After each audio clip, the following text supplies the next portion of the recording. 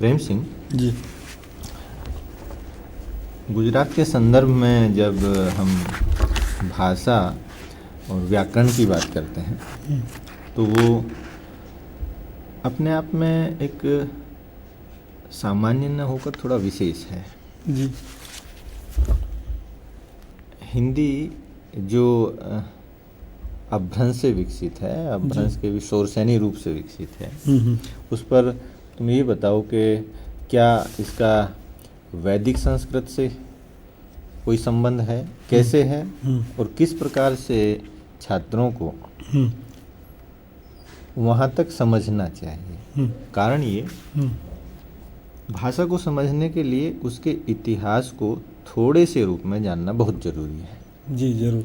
हाँ, तो इसे जरा थोड़ा स्पष्ट करो। हाँ, इसमें क्या है कि जैसे काल क्रम की दृष्टि से आर्य भाषाओं का वर्गीकरण तथा उनकी ध्वन्यात्मक व्यवस्था के बारे में हम थोड़ा समझेंगे तो भाषाओं को समझने में हमें सरलता होगी। तो हम प्राचीन भारतीय आर्य भाषाओं के विषय में देखें तो हम उनके समय और काल के विषय में देखें। जैसे वैदिक संस्कृति जो है तो उसका कार्यकाल जो है 1500 ईस्वी पूर्व से 800 ईस्वी पूर्व तक का माना जाता है, जिसमें विद्वानों का मत है इसके विषय में। और दूसरा जो है वैदिक संस्कृति के बाद लौकिक संस्कृति है, जिसका 800 ईस्वी पूर्व से 500 ईस्वी पूर्व तक का समय माना जाता है। और इसके बाद प्राचीन भारतीय आर्य भाषाओं की ये वैदिक संस्कृति और लौकिक संस्कृति के बाद मध्यकालीन भारतीय आर्य भाषाओं का उद्भव हुआ, जो जिसमें पाली और प्राकृत है। तो पाली भाषाओं का जो समय है 500 ईस्वी पूर्व से ईस्वी सन 1 तक का समय माना जाता है, और जो प्राकृत है उसका 1 ईस्वी से 500 ईस्वी तक माना जाता है।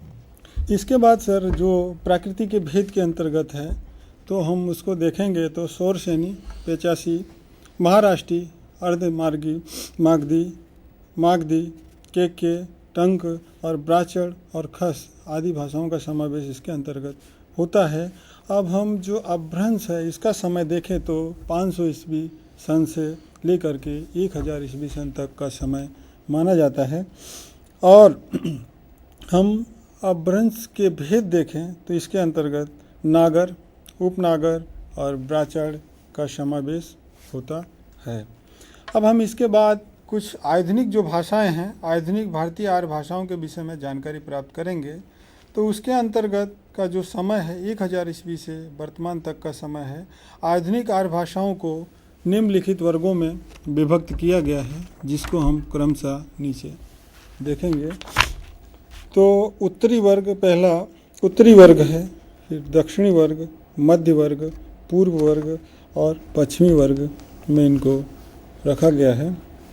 यहाँ जो एक स्थिति है, यहाँ तक आकर के अपभ्रंश जो है वह हिंदी का आधार है जी। यह स्पष्ट होना चाहिए। भाषाएं विकास के रूप में हिंदी तक हमें प्राप्त होती है जी, है ना जी। अगर भाषाओं में विकास न होता तो हम आज वैदिक काल की भाषाओं का प्रयोग कर रहे होते, हिंदी का नहीं जी। तो छात्रों को थोड़ा इस पर ध्यान देने की ज़रूरत है और थोड़ा सा वहाँ से लेने की ज़रूरत है जी। वैदिक संस्कृत जिसमें ध्वनियों की संख्या जी 53 थी, 53 थी जी। विकास क्रम में लौकिक भाषा संस्कृत के आते आते 53 ध्वनियाँ अप्रासंगिक हो जाती जी। अप्रासंगिक हुई, उनका प्रयोग नहीं रहा जी। तो लौकिक संस्कृत में वह संख्या आकर के 48 हो जाती है जी। इसके बाद ये लगभग जो वैदिक संस्कृत है ये 1500 ईस्वी पूर्व से 800 ईस्वी पूर्व तक जी। इसका समय लंबा है, लेकिन जो लौकिक संस्कृत है जी। इसका समय वैदिक संस्कृत की अपेक्षा सीमित हो गया जी। और ये 800 ईस्वी पूर्व से लेकर के 500 ईस्वी पूर्व तक। मैं हिंदी की संदर्भ में ये इसलिए बता रहा हूँ कि जानना जरूरी है।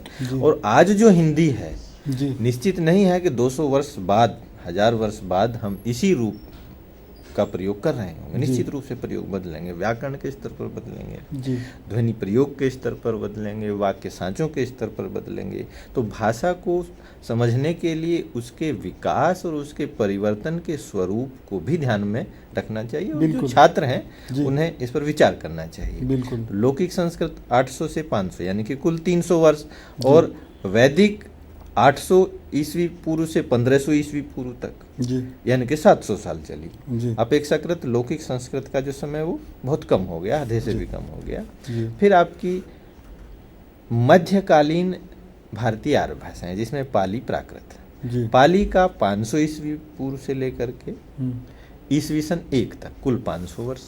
ऐसा माना कि ये भी समझ लेना चाहिए कि ये सारी तिथियां पूर्व एक अनुमानित जी। तिथि हैं। इनमें ऐसा नहीं है कि किसी एक तारीख को एक भाषा समाप्त हो गई और किसी एक तारीख को कोई दूसरी भाषा पूर्ण हो गई। पूर्ण हो गई या शुरू हो गई। फिर आता है वही संदर्भ प्राकृत के लिए। जी जब प्राकृत जो है वो ईस्वी सन 1 से मान लिया, ऐसी कोई डेट नहीं है कि जिस तिथि से प्राकृत शुरू हुई, लेकिन एक हाँ सामान्यकृत स्वरूप ये हुआ कि ईस्वी सन 1 से जी उसका बहुधा प्रभावी रूप जो है जी। वो दिखने लगा, और प्राकृत जो है ईस्वी सन 1 से लेकर के 500 तक पूरे अपने व्यापक स्वरूप में रही, और फिर वो धीरे धीरे घटने लगी। तो वह भी अप्रासंगिक हुई। पहले अप्रासंगिक हुई वैदिक संस्कृत, व्याकरण की दृष्टि से नहीं, जी व्याकरण उसका अच्छा है, उत्तम है, और वो इतना नहीं बदला जितना कि समाज में प्रयोग बदल गया। जी फिर लौकिक आई तो वह भी सामाजिकों के लिए, काम करने वालों के लिए, दैनिक व्यक्ति जो कार्य करते हैं उनके लिए, अध्येताओं के लिए, सामान्य वर्ग के लिए, फिर वह भी कठिन हो गया। वह कठिन हुआ तो पाली, यानी कि भाषा का पालन, अनुशासन, एक रूप से अनुशासन आया पाली में। और पाली में बड़ा मजेदार एक घटनाक्रम ये हुआ जी कि ध्वनियों की संख्या एकदम घट गई, और वो आपकी 42 हो गई, जी है ना। और फिर से पाली जो है उसका भी सामाजिकों में व्यवहार घट जाता है भाषा के रूप में। तो फिर आती है प्राकृत। प्राकृत का एक सीधा सा अर्थ है जो प्राकृतिक रूप, वह रूप प्राकृत, नेचुरल रूप जो सामाजिकों में है, इसलिए उसका नाम प्राकृत रखा गया। और यह 500 वर्ष चली, ईस्वी सन 500 से लेकर के इसका जो समय रहा वो 1000 तक रहा। अब हिंदी की शुरुआत होती है। जी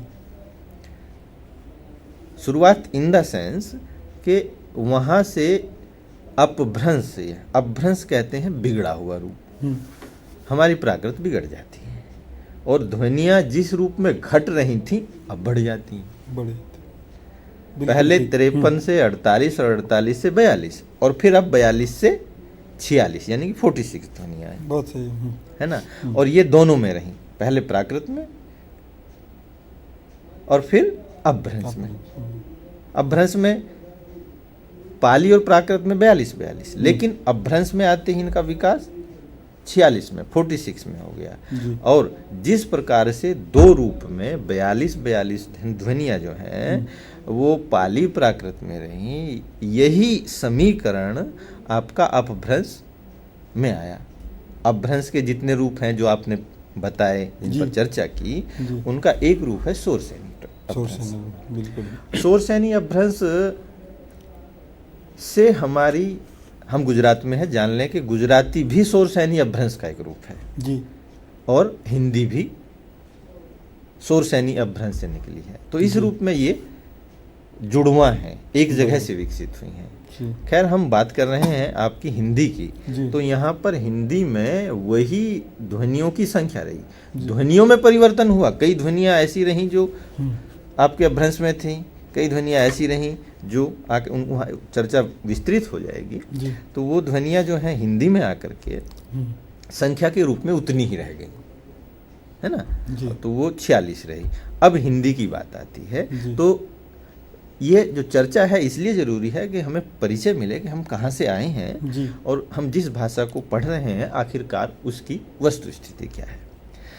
ये जो हिंदी है इसमें जो वर्गीकरण और जो ध्वन्यात्मक ये सब ग्रियर्सन और इन सब के माध्यम से हमारे सामने आए और व्याकरण और इसके स्तर पर जो काम हुए वो एक बहुत ही सुंदर और आधारभूत काम थे।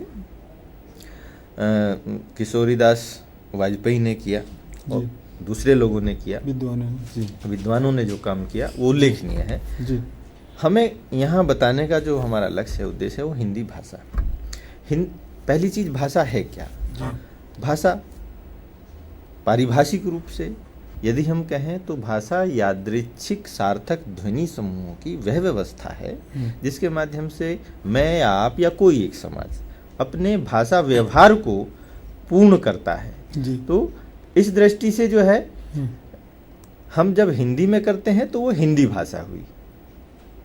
हिंदी भाषा या कोई भी भाषा, उसके कई कार्य हैं, जैसे मातृभाषा में शिक्षण है, उसमें अभिव्यक्ति कौशल है, संवेगात्मक विकास है, नैतिक विकास है, सामाजिक विकास है। ये सब जो है हमारे भाषा के अंतर्गत चलते हैं। अब देखिएगा हिंदी भाषा, तो यहाँ हिंदी भाषा पर चर्चा करने का जो एक बिंदु है वो व्याकरण भी। व्याकरण हम जब बात करते हैं हिंदी की तो उस पर थोपते हैं व्याकरण को, संस्कृत के व्याकरण को। मान लो संस्कृत न तो ध्वन्यात्मक रूप में सुरक्षित है हिंदी में और न ही व्याकरणिक रूप में सुरक्षित है। यहाँ पर जो हिंदी की वाक्य संरचना है, अब देखिएगा, एक आप कोई वाक्य लें कि बच्चा रोता है ना, तो कम से कम वाक्य में दो चीजों का होना जरूरी है, और दो चीजों में जैसे कर्ता और क्रिया, इसके बाद कर्ता कर्म क्रिया, और या इनके साथ कर्ता कर्म पूरक और क्रिया, अथवा इन सब के पूरक आ सकते हैं। तो ये कहने का मेरा मतलब कि बच्चों को थोड़ा थोड़ा ज्ञान जो है वह हिंदी व्याकरण का करना चाहिए, जिससे कि भविष्य में उन्हें भाषा पढ़ते समय कोई कठिनाई ना हो। ये सही है कि भाषा के लिए, प्रयोग के लिए व्याकरण कोई अनिवार्य विषय न हो, तो भी आवश्यकता पड़ने पर यदि आपसे कहीं कोई समस्या आती है, आपके सामने कोई कठिनाई होती है, तब आपको इतना समर्थ होना चाहिए कि व्याकरण के आधार पर आप अपनी जो समस्या है उसको सुधार सकें, अथवा जो आपसे पूछता है उसको बता सकें। और विशेष रूप से अध्यापक के लिए तो इस चीज़ का होना बहुत ज़रूरी है, क्योंकि जब तक आपको ज्ञान नहीं होगा, बच्चा यदि आपसे पूछता है तो कठिनाई होगी, और अगर बच्चे को वो ज्ञान नहीं मिलता है तब उसका संज्ञान अधूरा रह जाएगा और वह भाषिक दृष्टि से एक कमज़ोर विद्यार्थी सिद्ध होगा। तो इन सब पर ध्यान देते हुए मैंने कुछ बिंदुओं को यहाँ रेखांकित करने का प्रयास किया है। वाक्य का प्रकार ये एक सामान्य सी बात है, इसमें सरल, संयुक्त और मिश्र वाक्य हैं जो दर्शाए जा सकते हैं और जिनको स्लाइड के माध्यम से दिखाया गया है। एक भ्रांति वाच्य के प्रकार में आती है, कृतवाच्य, कर्मवाच्य और भाववाच्य। कृतवाच्य कर्मवाच्य की परिभाषा तो लगभग संस्कृत के जैसी है, लेकिन भाववाच्य में संस्कृत में की जो स्थिति है वो हिंदी की स्थिति बिल्कुल नहीं है। संस्कृत में अकर्मक क्रिया होने पर भाववाच्य माना जाता है, लेकिन हिंदी में भाववाच्य वहाँ होता है जहाँ सामर्थ्यहीनता की दशा हो जी। जैसे राम से पुस्तक नहीं पढ़ी जाती, नहीं पढ़ने का भाव जो है यहाँ वाक्य को भाववाच्य बनाता है। तो यह हमें ध्यान रखना चाहिए। इसी तरह से हम कुछ चीज़ें लेते हैं और संस्कृत के आधार पर उनका वर्गीकरण बच्चों को करके समझाते हैं। तो समझ लेना चाहिए कि वर्गीकरण उस रूप में नहीं है जिस रूप में कि संस्कृत में है। या फिर हम क्या करते हैं, कभी कभी अंग्रेजी के माध्यम और उसके भाषा के जो संरचना के स्वरूप हैं उनके माध्यम से हम जो है हिंदी भाषा को पढ़ने और पढ़ाने का काम करते हैं। सब्जेक्ट और प्रेडिकेट के आधार पर वाक्य की संरचना का विश्लेषण करते हैं। तो उस रूप में यदि हम करते हैं तो उसका जो पैटर्न है वह इस रूप में आता है कि एक उद्देश्य होता है वाक्य में और एक विधेय आता है। विधेय में आपके कर्म, कर्म का विस्तारक, कर्ण, कर्ण का विस्तारक, संप्रदान, संप्रदान का विस्तारक, अपादान, अपादान का विस्तारक, अधिकरण अधिकरण का विस्तारक, पूरक और पूरक का विस्तारक, क्रिया और क्रिया का विस्तारक। लेकिन यह संरचना जो है, मान लो कि कर्ता में कर्ता और कर्ता का विस्तारक आता है, कर्ता और कर्ता से जुड़ी हुई चीज़ें आपके उद्देश्य के साथ आ जाती हैं, बाकी कर्म और क्रिया से संबंधित जो भाषिक पक्ष है वो आपका विधेय के अंतर्गत आ जाता है। तो ये सारी चीज़ें पहले एकदम से छात्र तक नहीं पहुंचानी चाहिए, बहुत ही सामान्य रूप में उनका समझाया जाना अनिवार्य है। और बहुत से ऐसे पक्ष हैं जो संस्कृत की तरह बिल्कुल नहीं है, उन पर भी ध्यान देने की ज़रूरत है। जैसे मान लीजिए अव्यय और अविकारी रूप, बच्चों को बहुत कठिनाई होती है। साधारण रूप से समझाया जा सकता है कि अव्यय, वो अव्यय पढ़ते हैं, अव्यय ना पढ़ा करके बच्चों को बताया जाए कि अविकारी रूप। अविकारी रूप का एक सहज सा प्रारूप ये है कि वे शब्द या रूप जो परिवर्तित नहीं होते, जिन पर लिंग, वचन, कारक आदि व्याकरणिक कोटियों का प्रभाव नहीं पड़ता, अव्यय कहलाते हैं। बल्कि अव्यय नहीं, उन्हें बताइए कि वे अविकारी रूप हैं। अव्यय के अंतर्गत क्रिया विशेषण, समुच्चय बोधक, विस्मयादि बोधक, सकारात्मक एवं नकारात्मक शब्द, परसर्गीय शब्दावली, निपात आदि आते हैं।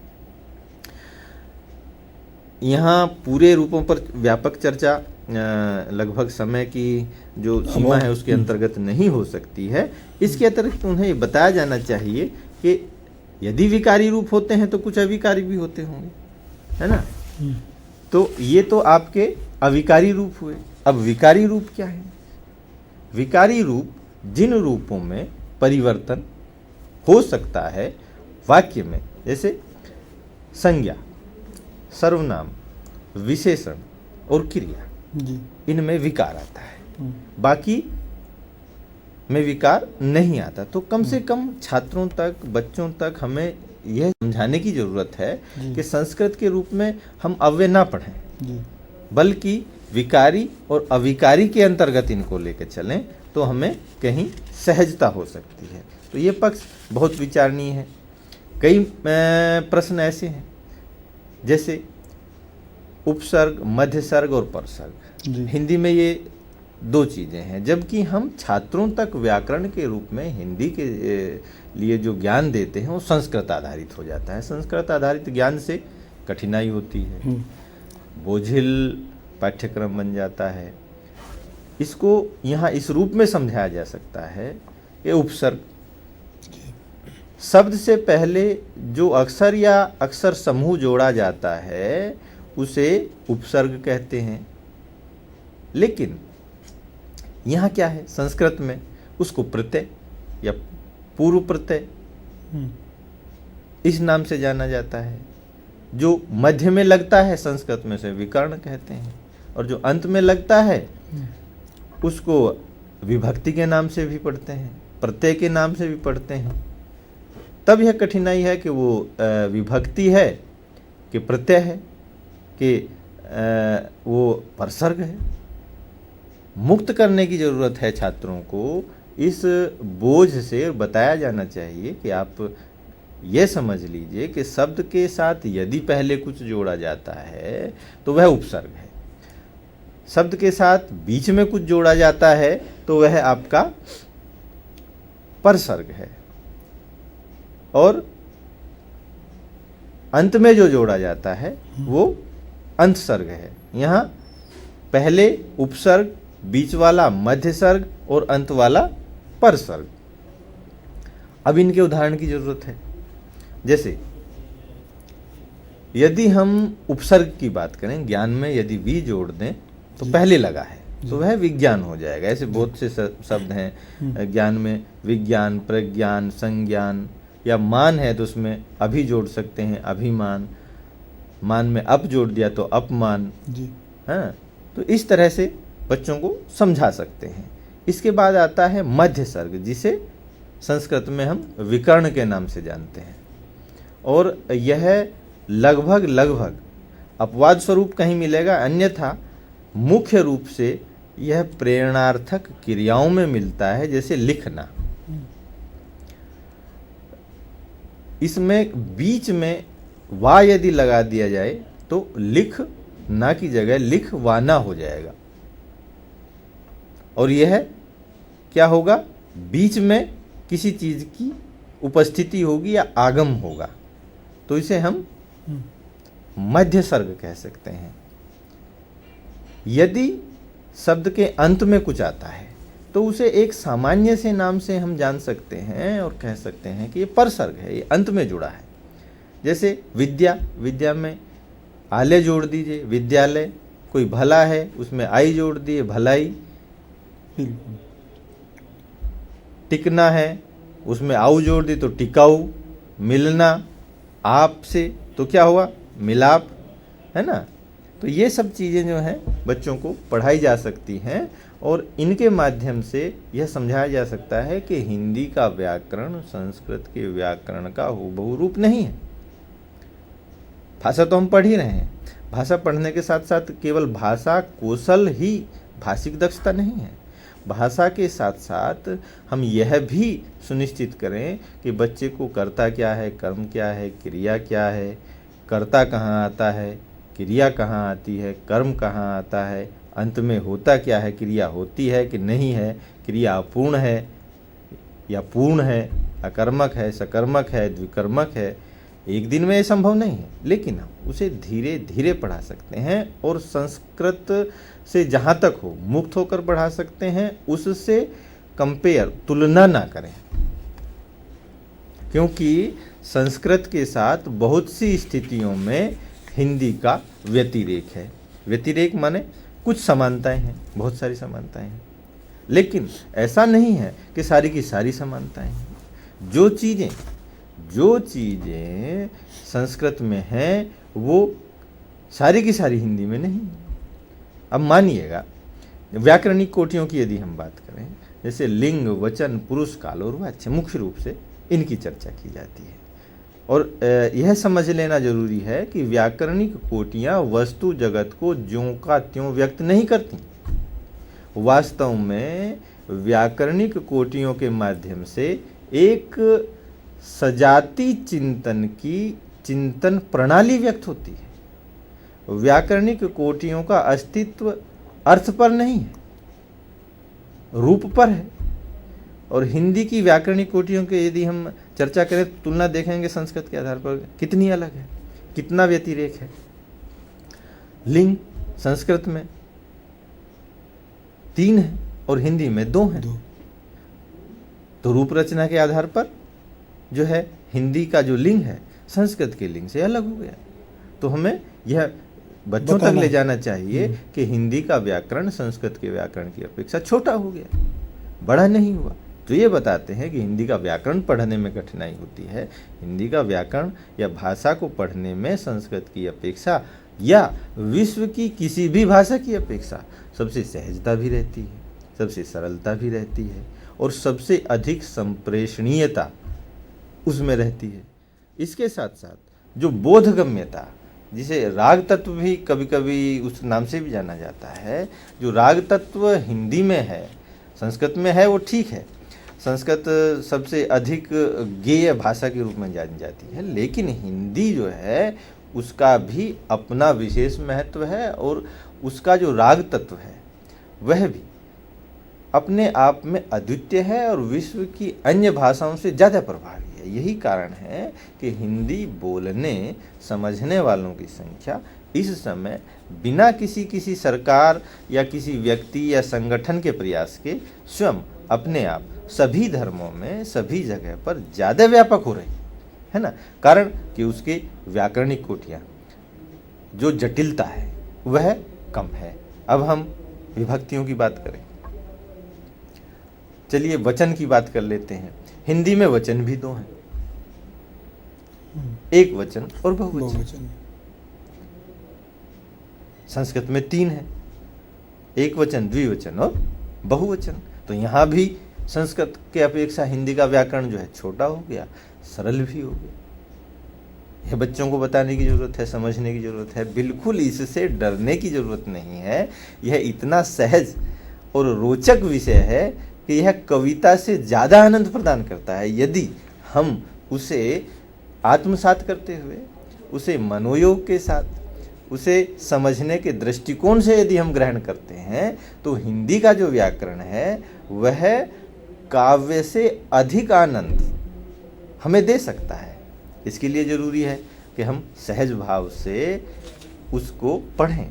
लेकिन कई बार भ्रांतियाँ फैलाई जाती हैं, साहब ये कठिन हो जाएगा, इसकी कठिनता से जो है मैं अगर व्याकरण समझाएंगे तो बच्चे हिंदी नहीं पढ़ेंगे। मैं कहता हूँ कि बच्चों को भाषा सीखने के लिए व्याकरण की कोई अपेक्षा नहीं, ये तो सही बात है, लेकिन भाषा की संरचनात्मक समझ पैदा करने के लिए, बोध पैदा करने के लिए ज़रूरी है। और अध्यापक के लिए तो यूँ ज़रूरी है कि यदि कोई छात्र किन्हीं कारणों से किसी प्रश्न के संदर्भ में उलझ जाए या समझना चाहे, मान लो दो चीज़ें, दो प्रकार के विभाजन होते हैं, एक संज्ञा है, संज्ञा पदबंध है, और एक क्रिया पदबंध है ना।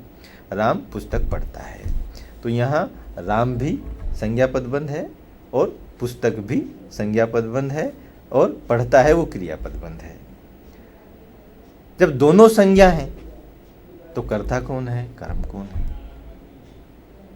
ये समस्या होगी। तो उसे समझने के लिए जरूरी है कि हमें पता होना चाहिए कि कर्ता और कर्म की परिभाषा क्या है। तो ये छोटी छोटी बातें हैं, यदि हम बड़े सहज रूप में समझा देंगे तो बच्चा समझ जाएगा। और अगर कहेंगे कि देखिए इतना कठिन है, आसान नहीं है, और आपको बहुत सारे प्रयास करने पड़ेंगे, और आपको मतलब इतना प्रयास करना पड़ेगा कि शायद इतनी किताबें पढ़नी पड़ेंगी, 10 पढ़नी पड़ेंगी, 20 पढ़नी पड़ेंगी, ऐसा बिल्कुल नहीं है। संस्कृत हिंदी का व्याकरण बहुत सरल है, छोटा है, उसे समझने की, सरल रूप में बताए जाने की ज़रूरत है। और अगर मान लो कि अध्यापक के पास कोई ऐसी पुस्तक है जो सरल है तो उसको बच्चों तक पहुंचाएं। हमें भी, यानी कि अध्यापकों को भी यह मान लेना चाहिए कि बच्चा किसी भी चीज़ से अनभिज्ञ हो सकता है। हम ये ना माने कि वो 12वीं या स्नातक में पढ़ गया है, एमए में पढ़ा रहे हैं, बीए में पढ़ा रहे हैं, ये तो कक्षा 1 की या 5 की या 10 की या 12 की चीज़ें हैं। कभी कभी यदि उन्हें वहाँ नहीं पढ़ाया गया तो उसे बोध नहीं होगा, और यदि जिसको पढ़ाया गया उसको बोध होगा, और जिसको बोध नहीं है, ज्ञान नहीं है, उसे समझाने का दायित्व किसका है। अब तो वो प्राइमरी से या 10+2 से तो बाहर आ गया है ना, माध्यमिक से बाहर आ गया है। अब बाहर आ गया है, वो हमारे पास में है, और हमारे पास में है तो हमें भी भाषा तो समझानी ही चाहिए। भाषा समझाने के साथ साथ उसको यह भी बताना चाहिए कि भाषा की विशेषता है, व्याकरणिक विशेषता ये है, ये हिंदी जो है संस्कृत से इतनी सरल है, इतने रूपों की इसमें कमी आई है। अब आगे चलें। हिंदी में 3 पुरुष हैं, यहाँ कोई कमी नहीं आई है, उत्तम, मध्यम और अन्य। तो बाकी 2 जगह कमी आई। अब हम काल की बात करते हैं। हिंदी में 3 काल हैं और संस्कृत में 3 काल हैं। काल की अवधारणा पर आचार्यों में, जो हिंदी के आचार्य हैं, बहुत भारी मतभेद हैं, जिसमें भूतकाल और भविष्यत काल की संकल्पना अपने आप में सही है, लेकिन मैं बताऊं कि वर्तमान काल की कोई एक ऐसी परिभाषा नहीं है जो ये परिभाषित करता हो कि इतने समय को हम वर्तमान काल कहते हैं। 1 सेकंड, 2 सेकंड, 5 सेकंड, 10 सेकंड, घंटा, 2 घंटा। मान लो कि भारत जो है आर्यव्रत से लेकर आज तक वर्तमान काल है, और जब तक रहेगा वर्तमान रहेगा। लेकिन वह हिस्सा जो भारत से अलग हो गया, पाकिस्तान कहिए या जो भी बांग्लादेश कहिए, वो भूत हो गया। या जो कोई काम हमने कल किया था वह भूत हो गया। हम आज इस कार्यक्रम के प्रसारण के लिए जिस माध्यम से आए, तो उस माध्यम से आए हैं वह भूत हो गया है। लेकिन क्या कोई अहमदाबाद, गांधीनगर को हम भूत कह सकते हैं? ये सदियों से है, यह वर्तमान है, 100 साल से वर्तमान है, अगले 100 साल तक वर्तमान रह सकता है। तो यह जानने की भी ज़रूरत है कि आखिर वर्तमान काल की संकल्पना क्या है। यह कल्पित चीज़ है, कोई निश्चित नहीं है। जहाँ तक प्रश्न है भूतकाल का, भविष्यत काल का, वह निश्चित है। जो हो गया वह भूत हो गया, जो होगा वह भविष्यत में होगा। मान लो कि मैं पानी पीने लगूँ, पानी या तो मैं आधा पी लूँगा और आधा बाकी रहेगा, तो पानी आधा हिस्सा जो पी लिया गया वो तो क्या हो गया, भूत हो गया, और जिसको मैं पीने वाला हूँ वह भविष्यत हो गया। लेकिन न तो मैं उसे भूत में गिन रहा हूँ और न भविष्यत में गिन रहा हूँ। कह रहा हूँ कि मैं पानी पी रहा हूँ, जबकि मैं आधा पी चुका हूँ, आधा बाकी है, यह भी सच है। और इसके बाद भी कह रहा हूँ कि न तो पानी पिया गया है, क्रिया पूरी नहीं हुई है। तो उस संदर्भ को, जो चालू संदर्भ है, जो चल रहा है, जो निरंतर है, जो गतिशील है, जिसका क्रम टूटा नहीं है, उसकी संकल्पना के संदर्भ में वर्तमान काल की संकल्पना कर ली गई। बहुत अच्छा। ये जो संकल्पना है इसका कोई काल निश्चित नहीं है ना। मैं 5 मिनट तक पानी पीता रहूं तो मेरा 5 मिनट वर्तमान हुआ, और आप 2 मिनट में पी लें तो आपका वर्तमान 2 मिनट का है, बाकी 3 मिनट भूत हो जाएंगे। तो ये एक बड़ी स्पष्ट सी बात है। इसके लिए विद्वानों में बहुत सारे मतभेद हैं। कुछ कहते हैं कि वर्तमान काल की वस्तु स्थिति वास्तव में भौतिक रूप से या उपस्थित रूप से नहीं होती है। इस काल की संकल्पना काल्पनिक है, क्योंकि निरंतर गतिमान समय का कोई भी क्षण स्थिर रहने वाला नहीं होता। फिर भी, मतलब इसके बाद भी, अभी तक या तत्काल के अर्थ में, जो अभी स्थिर है, मतलब समाप्त नहीं हुआ है, वर्तमान की संकल्पना कल्पित की गई है। यह भी स्पष्ट रहना चाहिए है। अब देखिए, हम बच्चों को पढ़ाते हैं, विभक्ति पढ़िएगा, है ना। कर्ता, कर्म, कर्ण, संप्रदान, अपादान, संबंध, अधिकरण और संबोधन, ये सारी चीजें जो हैं, है ना, प्रथमा, द्वितीय, तृतीय, चतुर्थी, पंचमी, सप्तमी, है ना, और फिर संबोधन करके विभक्तियों को ले लेते हैं और बताते हैं कि ऐसा होता है। बड़ा हास्यास्पद है। हिंदी में विभक्ति होती नहीं, इतनी नहीं होती, 24 नहीं होती है, और उनका यह रूप भी नहीं होता है। हिंदी में विभक्ति का रूप 3 प्रकार का है। एक तो वह जो सरल है, जैसा शब्द है वैसा का वैसा ही प्रयोग होगा, और उसके जो विकार होंगे, जो रूप रचना होगी, जिन्हें आप कहते हैं, वह अधिकतम 6 प्रकार से हो सकती है। जैसे मान लो कि लड़का है, तो लड़का का एक वचन लड़का, ये सरल विभक्ति एक वचन में। अगर हम इसका बहुवचन करेंगे तो लड़के हो जाएगा। अगर इसका तिर्यक रूप लेंगे तो लड़के, मैं एक वचन में कह रहा हूँ, लड़के से मैंने कहा कि वह पुस्तक पढ़े, लड़का से मैंने कहा वह पुस्तक पढ़े, इस तरह का प्रयोग नहीं होगा, है ना। तो लड़का का तिर्यक रूप, तिर्यक माने बिगड़ा हुआ रूप भी कह सकते हैं अगर कहें, लेकिन वो उचित नहीं होगा। उसके लिए तिर्यक का प्रयोग कहीं ज़्यादा अधिक व्याकरणिक और मतलब मानक है। तो तिर्यक में एक वचन जो लड़का था वो लड़के हो गया। अब यदि उसका बहुवचन करना हो तो लड़कों, लड़कों से मैंने कहा पुस्तक पढ़ो, यह हो गया। अब यदि इसे संबोधन में कहा जाए तो लड़का का संबोधन रूप लड़के होगा और बहुवचन रूप लड़कों होगा, लड़कों नहीं। जैसे अरे लड़के पुस्तक पढ़कर जल्दी से सुनाओ, अथवा अरे लड़कों, लड़कों नहीं, अरे लड़कों नहीं, ये मान लीजिएगा, लड़कों जो प्रयोग है वो तिर्यक का बहुवचन है और संबोधन के बहुवचन में उसका प्रयोग होता नहीं है। वहाँ कहेंगे अरे लड़कों जल्दी से अपनी पढ़ने की प्रक्रिया पूर्ण करो और जो दूसरे कार्य हैं उसकी तरफ प्रवृत्त हो जाओ, या अरे लड़कों जल्दी पुस्तक पढ़ो, अरे लड़कों पढ़ो। तो इस प्रकार का प्रयोग आता है। तो यहाँ कितना बने। अब इसके अतिरिक्त कोई रूप रचना करके दिखाइए, कोई रूप रचना नहीं हो सकती है। यानी कि 6 से अधिक लड़के के रूप नहीं बन सकते हैं। तब हम कैसे मान लें कि जो है विभक्तियाँ जो है संस्कृत की तरह होती हैं। बच्चों को बताइए कि वहाँ रूप रचना में आपके 24 रूप हो जाते हैं और यहाँ पर आपके 6 रूप रह गए हैं। तो 6 रूप जो हैं तो कितना हो गया, 6 चौक 24, 1/4, चौथाई। तो व्याकरण चौथाई रह गया।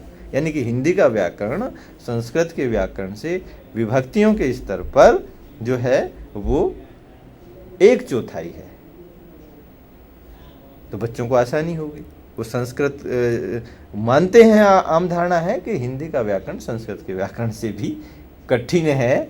ऐसा बिल्कुल नहीं है, वह सरल है और बहुत सरल है। अब कारक चिन्हों का प्रयोग करते हैं कि कर्ता ने कर्म को कर्ण से, संप्रदान को के लिए, अपादान से अलग होना, संबंध का के की, अधिकरण में पर आदि, संबोधन हे अरे अजी अहो आदि। लेकिन एक चीज मैं आपसे बताऊं, जरूरी नहीं है कि कारक को हम कारक कहें। इसको संबंध तत्व के नाम से भी बच्चों को समझाया जा सकता है ना। राम ने मोहन को पुस्तक दी, तो ने क्या है? राम ने संबंध तत्व है किसका? कर्ता का। मोहन को पुस्तक दी, तो को संबंध तत्व किसका है? कर्म का। तो यहां पर यह बड़ा सहज हो जाता है कि आप बच्चों को एक कारक बाद में बताइएगा, समझाइएगा, और यदि जरूरी नहीं है तो मुक्त भी कर सकते हैं उससे। तो यहाँ पर स्पष्ट रूप से उन्हें समझा दीजिए कि आप कारक की जगह यदि यह ऐसा कहें कि यह संबंध तत्व है, संबंध तत्व माने कि जोड़ने वाला, दो किसको जोड़ने वाला? राम ने मोहन और राम को जोड़ता है ना। तो कारक का जो प्रयोग है वो इसीलिए तो किया गया है। बच्चे के ये समझ में नहीं आता कि कारक का आखिर कारण क्या है कि कारक है। तो कारक का जो सीधा सा काम है वो दो चीजों के मध्य सेतु का काम करना है। पेड़ से पत्ते अलग हुए, है ना, तो पत्ते और पेड़ से जो है अलग होने की प्रक्रिया को दर्शाता है। तो यहाँ सीधे सीधे रूप में से जो है संबंध तत्व है पेड़ से, किसका? पेड़ का। तो ये सारी चीजें बड़ी सामान्य सी हैं और बच्चा बड़े सरल रूप में उन्हें पढ़ सकता है। तो आप उसे जब सरल पढ़ा देंगे एक बार उसकी समझ में आ जाएगा। मैं ये कह रहा हूँ अगर सामान्य रूप से 10-15 दिन थोड़ा सा अभ्यास करा दिया जाए तो एक हमारा विद्यार्थी जो स्नातक, स्नातकोत्तर या माध्यमिक स्तर का है वो बड़े सहज रूप में, बड़े ग्रहणीय रूप में, बड़ी आत्मीयता के साथ इस व्याकरण को ले सकता है। लेकिन जरूरत किसकी है? जरूरत है हमें ये समझाने की कि व्याकरण को पढ़ने से हमारा बौद्धिक जो ज्ञान है वह बढ़ेगा और भाषिक सामर्थ्य, उस पर पकड़, उसकी जो विश्लेषण करने की क्षमता है उसका विकास हो जाएगा। खाली कविता पढ़ लेना, कहानी पढ़ लेना, नाटक पढ़ लेना, अपनी बात कह देना संपूर्ण भाषिक ज्ञान नहीं है। यदि कोई कहे कि कर्म को कर्ता बताने लगे तो उस छात्र का क्या होगा जिसे नहीं पता? उसके लिए तो सब बराबर है, करता है तो ठीक, नहीं है तो ठीक। ये सारी जो चीजें हैं ये सब जो हैं बच्चे तक पहुंचनी बहुत अनिवार्य है और इनका ऐसे प्रभावी रूप में पहुंचना अनिवार्य है जिससे बच्चे को आनंद मिले, उसे सहजानुभूति हो। और इसके लिए ज़रूरी ये है कि जो पढ़ाने वाला अध्यापक है वह इतना आत्मीय हो, इतना अपनापन हो कि बच्चा उससे लेने का प्रयास करे और अपनी कठिनाई को उससे समझाए और अपनी समस्या का हल कर ले। इसके लिए ये भी ज़रूरी है कि अध्यापक को भी ज्ञान होना चाहिए। मैं ऐसा नहीं कह रहा हूँ कि अध्यापक को ज्ञान नहीं होता है, लेकिन होता भी है। तो कई बार ऐसा होता है कि वो मान लेते हैं कि छात्र अपने आप पढ़ लेगा, लेकिन ऐसा नहीं है। कोई भी शिक्षा, चाहे हिंदी भाषा हो, चाहे गणित हो, चाहे विज्ञान हो, वह निरंतर शोध और अध्ययन की अपेक्षा रखता है। वह अपेक्षा छात्र से भी रखता है। विषय, मैं विषय की बात कर रहा हूँ, और वह विषय जो है अध्यापक से भी अपेक्षा रखता है कि वो पढ़े, इतना पढ़े और इस रूप में पढ़े। 10 पढ़े और 10 का एक ऐसा समीकरण छात्र को दे, एक ऐसा सूत्र दे जो उस एक सूत्र से वो 10 बातें उसे स्पष्ट हो जाए। तो अध्यापकीय कार्य इतना सहज नहीं है और हिंदी भाषा का शिक्षण भी इतना सहज नहीं है। तो ये सब चीज़ें जो हैं हमें ध्यान में रखनी चाहिए और इनको लेकर के बच्चों के साथ हमें कार्य करना चाहिए। इसी प्रकार से जब वाच्य पढ़ाए जाते हैं तो भी समस्या आती है। सीधे सीधे कहा जाता है कि जो है वाच्य की जो संस्कृत में परिभाषा दी गई वह उन्हें दे दी जाए। कर्तृवाच्य जिसमें संस्कृत की तरह का प्रयोग करके दिखाया जाता है, और कर्मवाच्य में दिखाया जाता है, और भाववाच्य में दिखाया जाता है। जबकि भाववाच्य संस्कृत की तरह का प्रयोग बिल्कुल हिंदी में नहीं दर्शाता है, संरचनात्मक दृष्टि से नहीं दर्शाता है ना।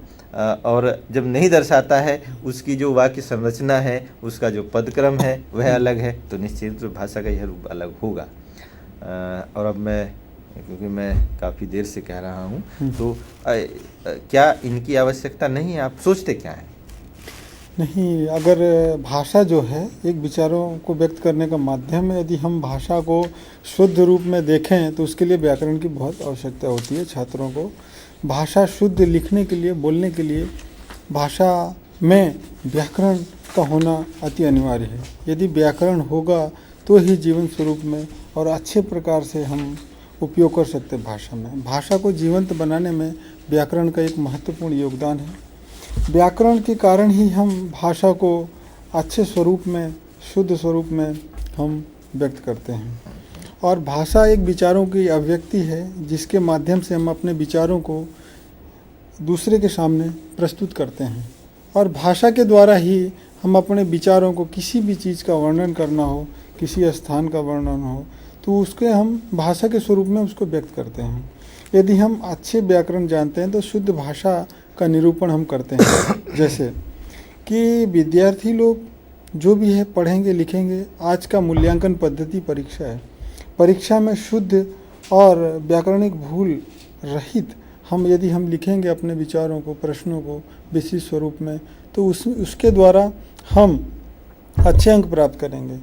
और अच्छे अंक प्राप्त करने के लिए भाषा, कभी भी विद्यार्थी को व्याकरण से घबराना नहीं चाहिए। व्याकरण जो है वह मूल है।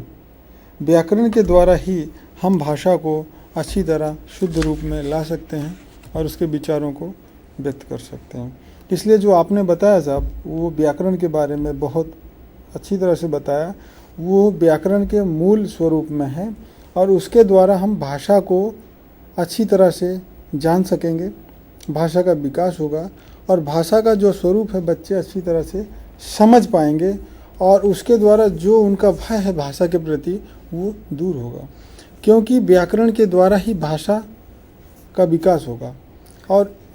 और जिसके कारण विद्यार्थी जो हैं वो अपना भाषा को संपूर्ण रूप से जान पाएंगे और उसको अपने अभ्यासक्रम जो भी है उनका पढ़ने का उसमें अपना सकेंगे। मैं एक अभी उदाहरण दे रहा हूँ। जैसे कहते हैं कि वाच्य क्या है, वाच्य रट लीजिएगा। वाच्य रटने की चीज़ नहीं है, समझने की चीज़ है। वाच्य है क्या? अब वाच्य क्रिया का रूप है जी। जब तक बच्चे को नहीं पता होगा कि ये क्रिया का रूप है, वो समझ नहीं पाएगा, उसे आत्मसात नहीं कर पाएगा। वाच्य के संदर्भ में यह जानना जरूरी है कि वाच्य क्रिया के वे रूप हैं जिनसे स्पष्ट होता है क्रिया का होना। माने स्पष्ट होता है क्रिया का विधान, मतलब जो क्रिया की जो संबद्धता है, उसका जुड़ाव है, उसका संबंध है, वह कर्ता के साथ है, कर्म के साथ है अथवा भाव के साथ है। मान लो राम पुस्तक पढ़ता है, तो राम ने पुस्तक तो पढ़ी गई, लेकिन पढ़ता कौन है? राम पढ़ता है जी, है ना। तो राम से क्रिया का संबंध हो गया और मोहन द्वारा पुस्तक पढ़ी जाती है। तो द्वारा पढ़ी जाती है, लेकिन पढ़ी क्या जाती है? पुस्तक पढ़ी जाती है ना। तो विधान क्रिया का कर्ता के साथ नहीं रहा और यह विधान जो है यह कर्म के साथ हो गया, तो वाच्य कर्मवाच्य हो गया। लेकिन संकट ऐसा है कि अब भाववाच्य के साथ क्या किया जाए। संस्कृत में जो कहा क्या क्रिया कर्मक हो जाएगी, मैंने पहले भी बताया कि संस्कृत का जो स्वरूप है वो हिंदी के जैसा नहीं है। अब यहाँ देखिएगा उदाहरण भाववाच्य का। राम से पुस्तक नहीं पढ़ी जाती, मतलब एक तो पुस्तक है जो कर्म है, राम करता है लेकिन नहीं पढ़ी जाती, तो कर्ता ने भी अपना काम नहीं किया और कर्म भी नहीं हुआ। कर्ता अपना काम नहीं कर पाया तो क्रिया कर्ता के साथ भी नहीं जुड़ पाई, और कर्म नहीं हुआ, पुस्तक नहीं पढ़ी गई जो पढ़ी जाती है। तो जब वो नहीं पढ़ी गई तो विधान जो है क्रिया का वह कर्म के साथ भी नहीं रहा, और भाव क्या हुआ कि नहीं पढ़ी गई। तो नहीं पढ़ना तो बताता है ना कि क्रिया नहीं हुई। तो जब क्रिया हुई नहीं ना तो क्रिया ने कर्ता ने उस क्रिया को किया, और जब कर्ता ने किया ही नहीं तो कर्म भी नहीं हुआ। तो केवल यहाँ जो कर्म का जो है, क्रिया का जो है वो न होने का भाव है, न होना, नहीं पढ़ने का। तो यहाँ समझ लेना चाहिए कि भाववाच्य वहाँ होता है जहाँ सामर्थ्यहीनता हो, जहाँ कार्य की जो पूर्णता है वह दिखाई न दे, पता ही न चले, है ना। बिल्कुल। तो हिंदी में भाववाच्य वहाँ होता है जहाँ सामर्थ्यहीनता की दशा हम देखते हैं। तो बच्चे को बता दो कि क्रिया यदि कर्ता से जुड़ती है तो कर्तृवाच्य, कर्म से जुड़ती है तो कर्मवाच्य, और यदि ना कर्ता से जुड़े ना क्रिया से जुड़े, खाली भाव रह जाए तो भाववाच्य। कौन सा संकट है, बच्चा आराम से समझ पाएगा। मैं समझता हूँ जिंदगी भर नहीं भूल सकता। तो ये बड़े सहज रूप हैं, और हम बच्चों को जब इस रूप में पढ़ाएं तो ये ऐसा होना चाहिए कि व्याकरण को एक बोझ ना बनाए। व्याकरण को बोझ बनाना बच्चों के लिए बड़ा कठिन हो जाता है, बच्चा नहीं पढ़ पाता। तो ये आपने जो बात कही है मैं उसका पूरा समर्थन करता हूँ, और ये बिल्कुल सही है। भाषा अपने आप में व्यक्तित्व का विकास करती है। जब हम हिंदी भाषा को पढ़ें, भाषा की रूप रचना को पढ़ें, सब ठीक है, लेकिन थोड़ा सा व्याकरण भी यदि पढ़ लें तो बहुत अच्छा होगा। भाषा का हम बहुत अच्छा ज्ञान प्राप्त कर सकते। ठीक है डॉक्टर साहब, आपने बहुत अच्छा समझाया भाषा के विषय में। विद्यार्थियों को मैं आशा करता हूँ कि बहुत अच्छा समझ में आया होगा और जीवन में अपने उतारेंगे, अमल करेंगे। जी, मेरी भी यही आशा है कि विद्यार्थी भाषा पढ़ें, उसके विभिन्न रूप भी पढ़ें, कविता पढ़ें, कहानी पढ़ें, आनंद लें, अपने व्यक्तित्व का विकास करें। क्योंकि आज जो हिंदी है यह विश्व की संपर्क भाषा के रूप में सामने आ रही है। निश्चित रूप से आने वाले समय में विश्व के साथ यदि जुड़ना है तो अंग्रेजी पहले माना जाता था कि आनी अनिवार्य है, लेकिन आज का सच ये है कि यदि हम विश्वव्यापी होना चाहते हैं तो हिंदी का ज्ञान, हिंदी भी आनी चाहिए।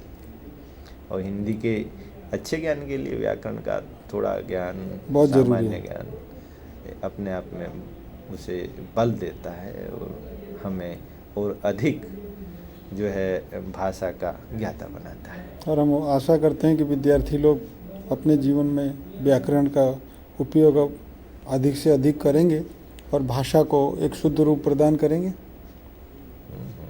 और जिससे भाषा का एक जीवंत बने हिंदी भाषा, और इसका प्रचार प्रसार हो, विकास हो।